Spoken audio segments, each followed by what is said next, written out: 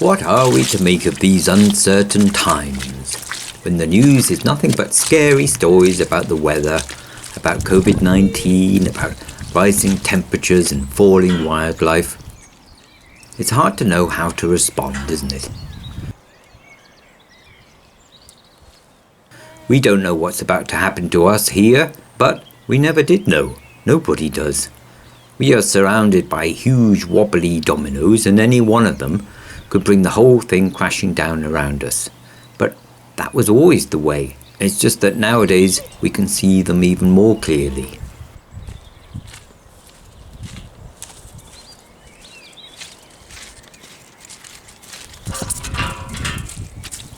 We could be knocked down by the virus, of course, or the next severe storm, or even a mob of desperate people, but that was always the case. Life was always this fragile, as we were reminded last year when our son Sam died.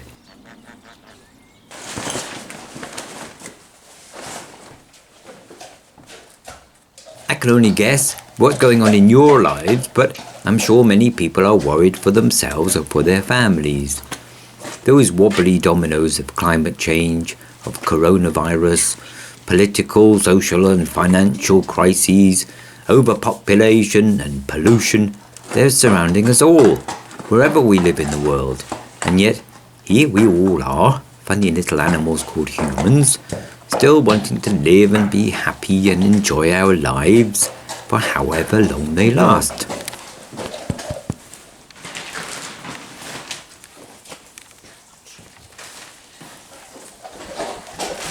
I'm getting on a bit now, with a dodgy kidney and a broken heart, and Sandra's still young, but she gallops about on top of horses, one of the most dangerous sports there is. We live with our own mortality every day, and we often have to deal with the deaths of animals here too, so we know what to expect. But it can still be scary, and we still need to find a way to live in the meantime, so how do we do that? I don't know about you, but for us, well, we have so many things that give us pleasure and meaning every day.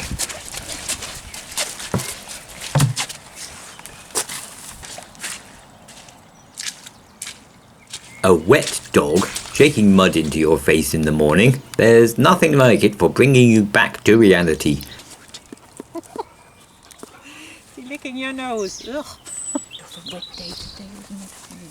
And the reality is that we still have our little house and garden and the few fields around us. We have logs in the woodshed, food in the freezer, some friends, and we'll never go thirsty. That's why the straw is pulled apart all the time.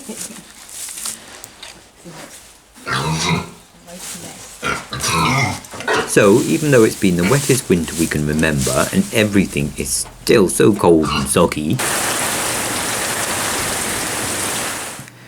and we're worrying about how to pay the mortgage this month, we're still luckier than most people in the world. So, why wouldn't we be happy? I love getting stuck into a new challenge in the workshop, or watching the new seedlings burst out of the soil. And Sandra is happiest when she's grooming the horses or counting the donkeys. How lucky we are still to be able to do these things, and I hope we can for a long time to come. And I hope you too can find little things around you every day that bring you meaning and pleasure. And I hope you can for a long time to come too.